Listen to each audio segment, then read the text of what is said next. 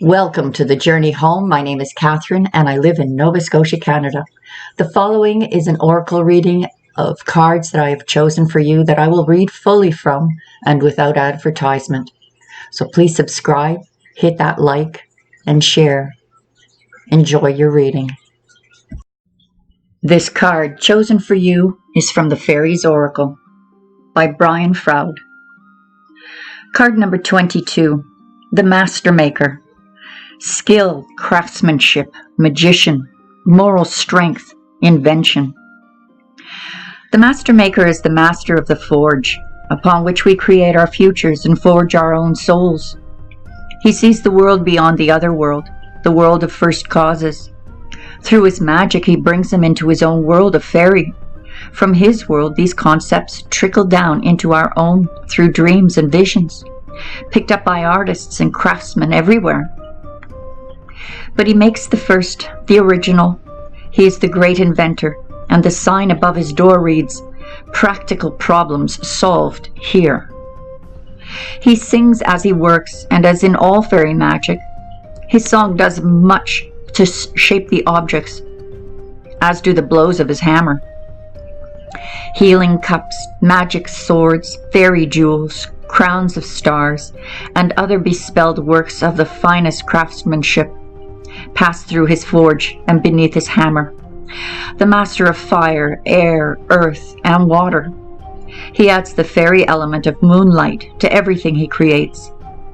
He would be the first to tell you that superb craftsmanship, however magical, is hard work.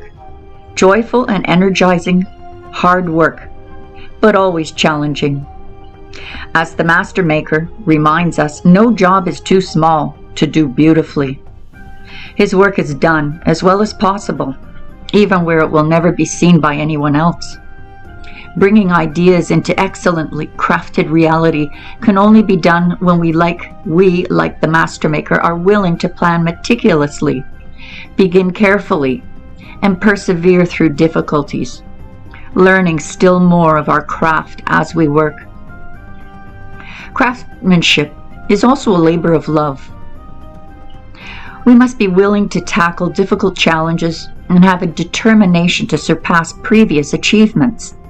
Patience is always required, as is the willingness to do a thing again and again, until it is even better than the best one can do. The Master Maker has the moral strength to refuse the temptation to do anything else. And he is a protector and teacher of the traditional values of his craft. Yet, in balance to all of this, the Master reminds us that we also need to learn our own limits. Not everyone can do everything superbly. When we discover our talents and choose our craft, then we gain great joy and fulfillment from developing that skill into an art. We grow more like the Master Maker each time we do the best we can, and then stretch ourselves to do a little better than that. As a message, do whatever you do as well as you can, and then make it even better. The Master Maker reminds us that our very best work is always desirable, and in the present situation, it is necessary for success. In fact, he asks that we surpass our previous best. Don't cut corners, and don't take the easy way. Whether making a thing or fulfilling a concept, be sure the design is elegant, pure, and functional, and then follow it, attending to every detail in its turn. He says, design beyond your skill and then raise the level of your skill to fulfill it. Give and accept only the best, and do it with love of your craft, whatever that craft may be.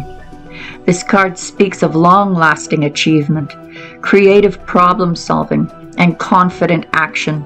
It may suggest cooperation with others, especially from a position of responsibility, or of teaching one's craft to others. Success comes from practical application of traditional principles in life and in work. As a warning,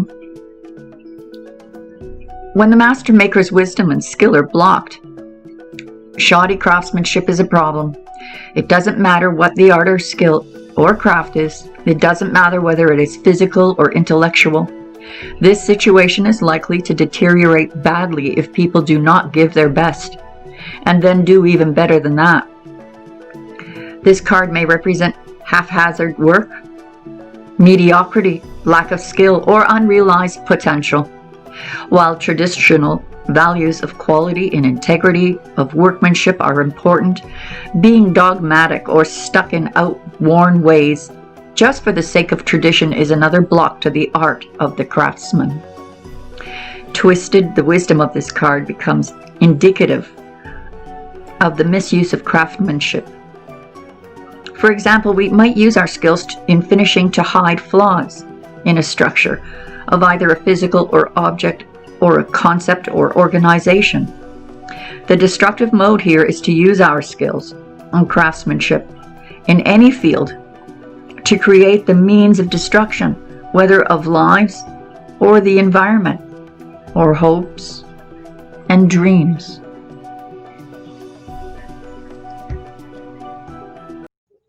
Before I read the second card for you, just a reminder to please hit the like and help me beat those algorithms. For every like that you give me is potentially 1,000 suggestions and recommendations on YouTube. Thank you and God bless. Enjoy the rest of the reading.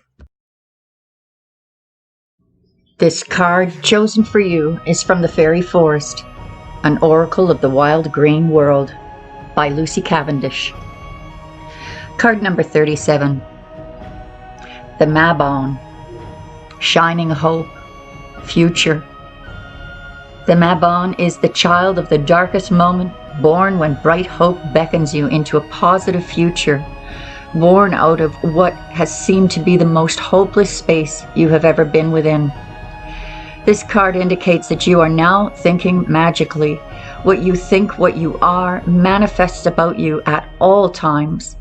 Now, with this new magical mindset, you begin to transform your life into one of delight and hopefulness, and to uplift your companions with your vibrant, positive energy.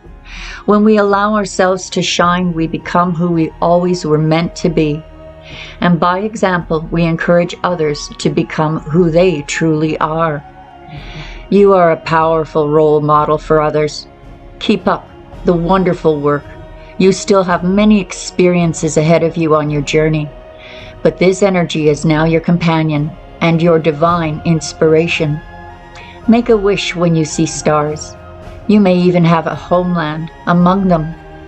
This beautiful card of bright optimism is full of the joy everyone feels when you are celebrating magical living. It is effortless and joyful to do this divine work. The Mabon is the child born at winter solstice, so this card indicates a rebirth of positive light and energy after a time of lack. You are now about to receive great good fortune, and oh, how good the weight lifting off from your old self feels. Artwork, The Magic Hat.